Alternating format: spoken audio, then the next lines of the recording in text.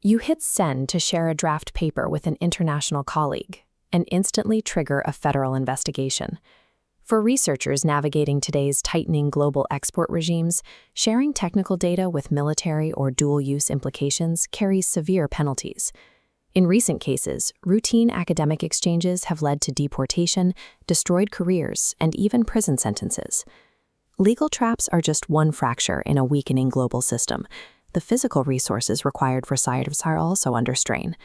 Right now, disruptions in the Middle East tied to the conflict in Iran are choking Canada's supply of liquid helium. Saskatchewan has already been warned of a 50% cut, directly threatening the operation of MRI machines and critical domestic research.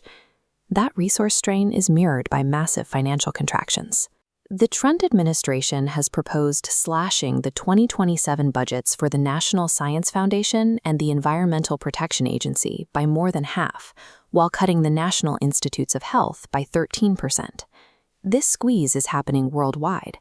An Indian member of parliament recently warned that his country's university research funding ranks among the lowest globally, creating a very real risk of academic stagnation and a loss of innovative capacity.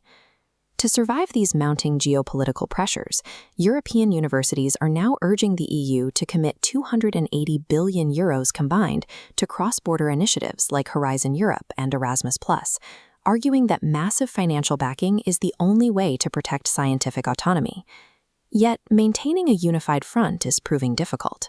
A recently leaked document shows Hungary actively bypassing EU sanctions to build a joint university association with Russia, deliberately expanding collaborative research in highly sensitive areas like nuclear energy and medicine. When you combine fragile supply chains, drastically reduced domestic budgets, and member states striking out on their own with sanctioned nations, the foundational bedrock of global research infrastructure begins to look incredibly brittle. Hostile actors are fully aware of these vulnerabilities. Recent U.S. and Israeli military strikes in Tehran physically devastated multiple buildings at Sharif University of Technology, including its AI center. Because international sanctions have forced Iran to rely heavily on homegrown technology, the university had been training indigenous Persian language AI models. The attack sends a clear message. Civilian academic centers developing dual-use capabilities are now considered active military targets. But kinetic strikes are rare compared to the silent extraction of digital assets. A hacker recently executed the largest data breach in China's history, stealing 10 petabytes of information from the National Supercomputing Center in Tianjin.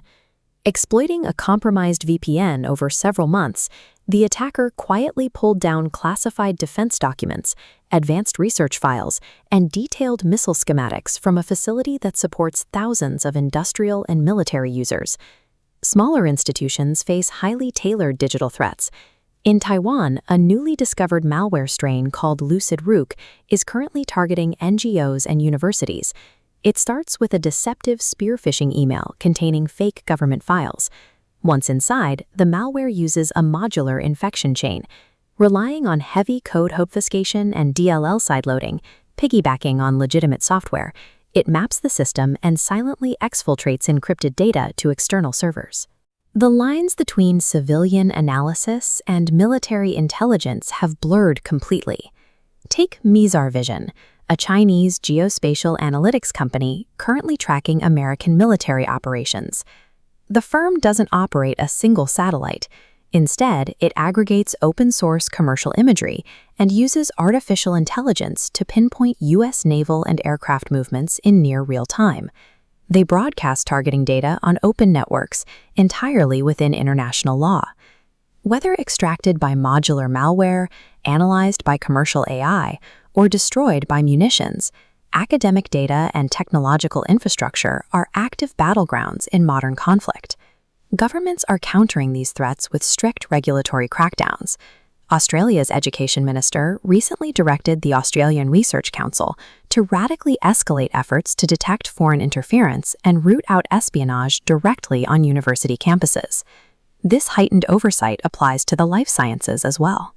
Malaysia recently hosted a national workshop utilizing the World Health Organization's biorisk evaluation tool, bringing together government and academia to audit their regulatory gaps and lock down dual-use biological research that could be manipulated to cause harm. Defending next-generation science requires international alignment. In late March, the UK hosted a summit for the Quantum Development Group, uniting representatives from 13 allied nations. The coalition agreed to a unified framework focusing on 3 protective pillars: research security, investment security, and ensuring the resilience of their quantum supply chains against foreign disruption. While treaties build a regulatory wall, researchers are simultaneously building technological shields. At Brock University in Canada, researcher John Bo Gao is leading a $575,000 government-funded project to physically hardware security into how we transmit information. Instead of sending large data signals, Gao's team is integrating quantum dot-based photosensing chips into fiber optic cables. These chips detect individual photons. Because data relies on single particles of light, any interception instantly alters the signal, making the breach immediately obvious to defenders. The open exchange of scientific knowledge is operating under intense pressure. But by combining strict international compliance frameworks with domestic innovations like quantum optics, allied nations are turning vulnerable research systems into hardened defenses.